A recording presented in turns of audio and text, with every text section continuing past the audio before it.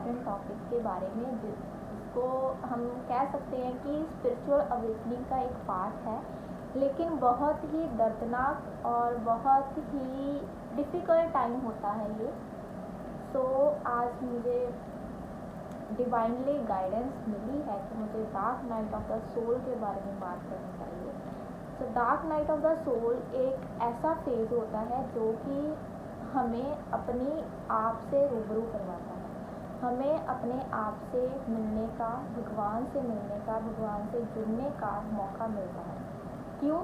क्योंकि इस वक्त पर हमारी लाइफ में बहुत सारे ऐसे इवेंट होते हैं जो हमें पूरी तरह से तोड़ कर रख देते हैं। हमारे हार्ट ब्रेक्स इस वक्त पर होते हैं, हमें जो भी फाइनेंशियल लॉसेज होने हैं वो भी इस वक्त पर होते हैं। पूरी दुनिया हमारे खिलाफ हो जाती है, सारे रिश्ते हमारे टूट जाते हैं, किसी पर भी हम भरोसा नहीं कर सकते इस time. Dark night of the soul इसको इसलिए कहा गया है क्योंकि ये हमारी आत्मा को भी एक कहीं ना कहीं इम्पैक्ट करता है।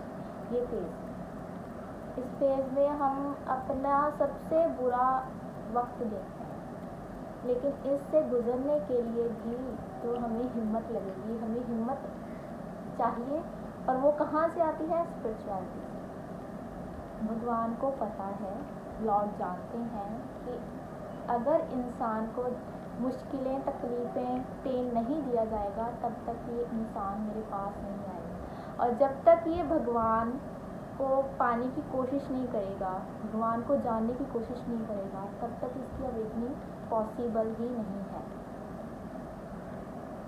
हर एक इंसान की लाइफ में ऐसा कोई ज़रूर आता है जब उसको कुछ भी समझ नहीं आता, सब साथ छोड़ देते हैं।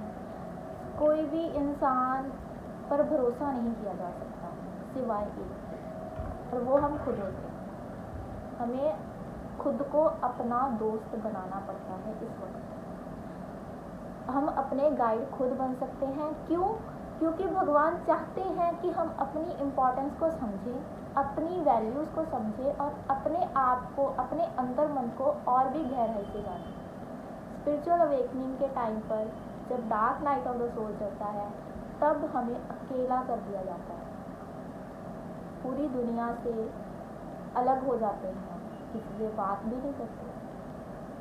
अपने ही माइंड में एक दुनिया बन जाती है जो कि बहुत ही ज़्यादा क्योटिक होती है, बहुत ही डिफ़िकल्ट होता है उस फेज़ को जीना, उस फेज़ में रहना। सुसाइडल थॉट आते हैं, बहुत कुछ गलत चीज़ें करने का मन करता है, बहुत ऐसे अंदर दबे हुए जो भी इमोशंस हैं अभी तक लाइफ टाइम के, हमारी सोल के चाहे हों, हमारे जनरेशनल ट्रॉमा क्यों ना हो, हमारे फादर मदर वूंड क्यों ना हो, वो सब बाहर आते हैं। इस वक्त पर हमें सिर्फ एक ही चीज़ करनी होती है और वो है इनर वर्क। अपने आप को अपना दोस्त बनाकर खुद से बातें करना और खुद की गलतियों को समझना और उनको बेटर बनाना इस वक्त पर किया जाता है।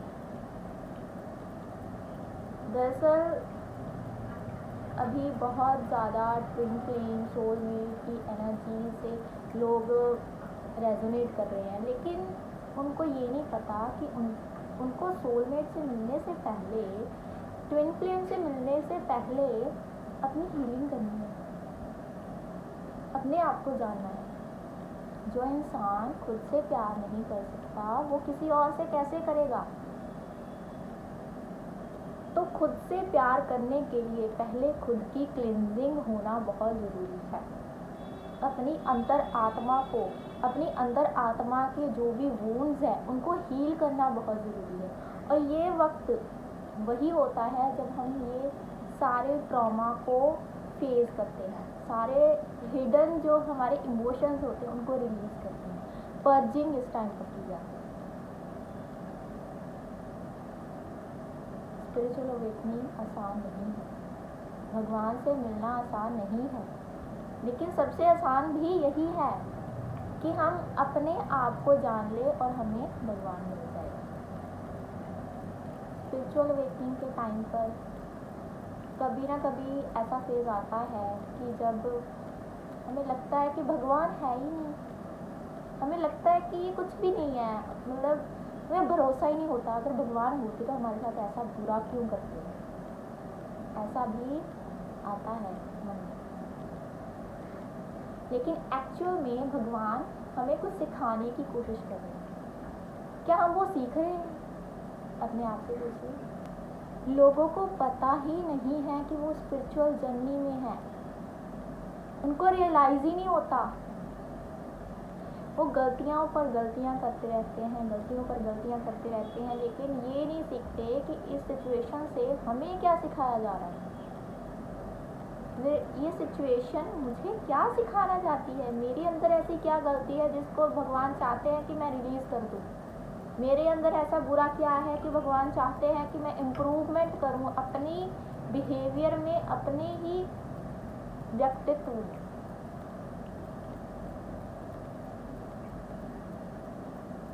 लोगों को इनर वर्क और शैडो वर्क के बारे में बहुत ज़्यादा बताया जा रहा है यूट्यूब पर, लेकिन असलियत में उनको इतना कॉम्प्लेक्स बना दिया है इस कॉन्सेप्ट को कि ये नहीं बताया जा रहा है कि सिंपल से सिंपल तरीके से भी इनर वर्क किया जा सकता है, शैडो वर्क किया जा सकता है। इस पर वीडियो ज़रूर बनाऊंगी, ये अलग टॉपिक है। लेकिन इस वक्त हम dark night of the soul के बारे में बात कर रहे हैं और इससे कैसे सरवाइव करना है, इस फेज में कैसे खुद को बेटर बनाना है, खुद को और भी ज़्यादा निखारना कैसे है। तो इसके लिए सिर्फ एक ही बुक रेकमेंड करूँगी जो कि है भगवत गीता। आपको किसी इंसान पर भरोसा नहीं करना है। कोई आपको कुछ भी कहता है, किसी के पर्सपेक्टिव से वो सिचुएशन कुछ और है, हमारे पर्सपेक्टिव से वो सिचुएशन कुछ और है, और इसका जवाब आपको भगवत गीता में ही मिलेगा। आपको अपने अंतर मन को जानना है तो भगवत गीता को पढ़ना पड़ेगा। आपको भगवान को पाना है तो अपने आप को पहले जानना पड़ेगा। इसी के बाद आप में इम्प्रूवमेंट आएगी, आपकी सोल अलाइनमेंट में जाएगी, आपकी सोल भगवान के साथ अलाइनमेंट में रहेगी। आपको भगवान साइन देंगे, आपको भगवान बताएंगे कि नेक्स्ट तुम्हें ये करना है, यहाँ नहीं जाना, यहाँ जाना है, वो खुद बताएंगे। लेकिन एक बार शुरुआत आपको खुद करनी पड़ेगी।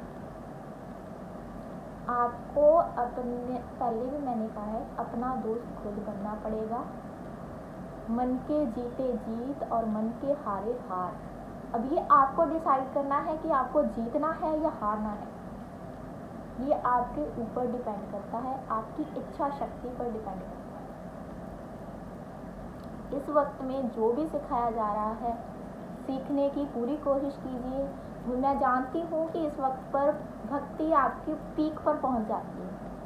मंत्र चैंटिंग कीजिए, जो भी चीज़ आपको स्पिरिचुअली अलाइनमेंट में रखे भगवान के साथ, उसको कीजिए। मंत्र चैंटिंग कीजिए, पूजा पाठ कीजिए, किसी भी तरह की मेडिटेशन कीजिए, लेकिन भगवान को गलत मत करिए, क्योंकि वो ही आपको सही रास्ता दिखाएंगे। वो जो कुछ भी कर रहे हैं किसी ना किसी वजह से कर रहे हैं, और ये वजह आपको कुछ सालों बाद ज़रूर पता चलेगी। आपको पता ही नहीं है कि आपके अंदर कितना ज़्यादा पोटेंशियल है, आप कितने ज़्यादा वैल्यूएबल हैं, और भगवान आपको इस फेज से इसलिए गुजार रहे हैं ताकि आप उन चीज़ों को पाने के काबिल बन जाओ। सारी दुनिया से नाता आपका इसलिए तोड़ा गया है ताकि आप खुद के साथ जुड़ो। आपके अंदर जो रोशनी है, आपके अंदर जो प्रकाश है, उसको बाहर निकालो, शाइन करो, उसको जानो। इस वक्त पर सिर्फ यही किया जा सकता है। Dark night of the soul इसको इसलिए कहा जाता है क्योंकि हमारे भीतर जो गंदगी पड़ी होती है इतने सालों की, हमारी सोल गंदी हो जाती है किसी ना किसी गलत कामों की वजह से।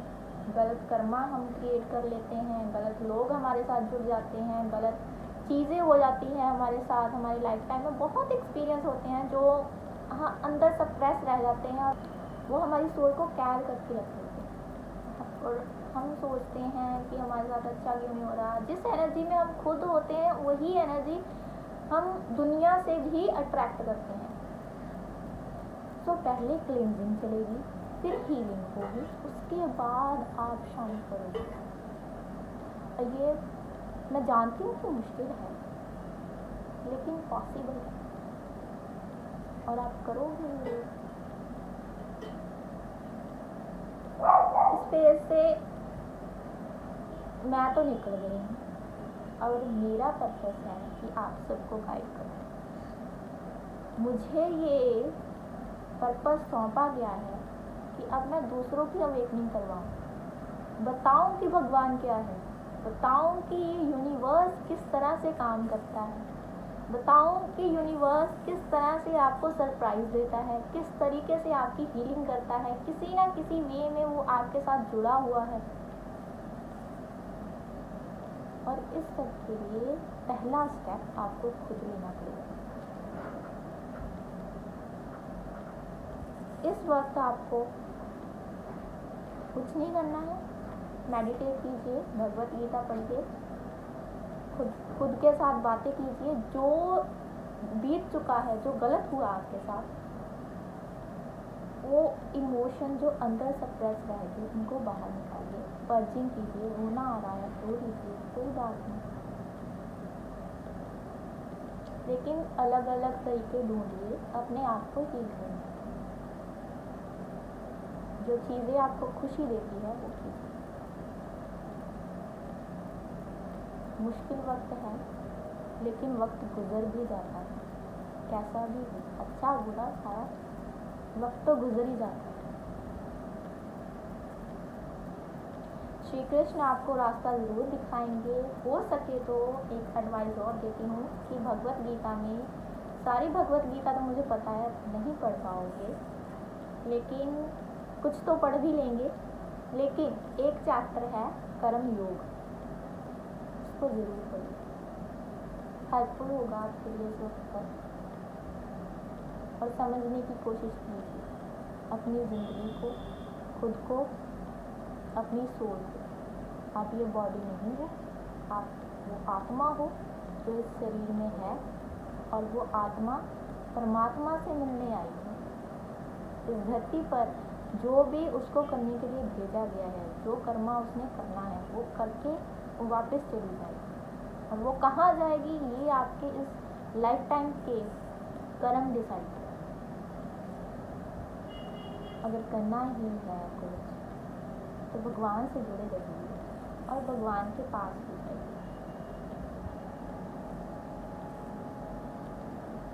Thank you.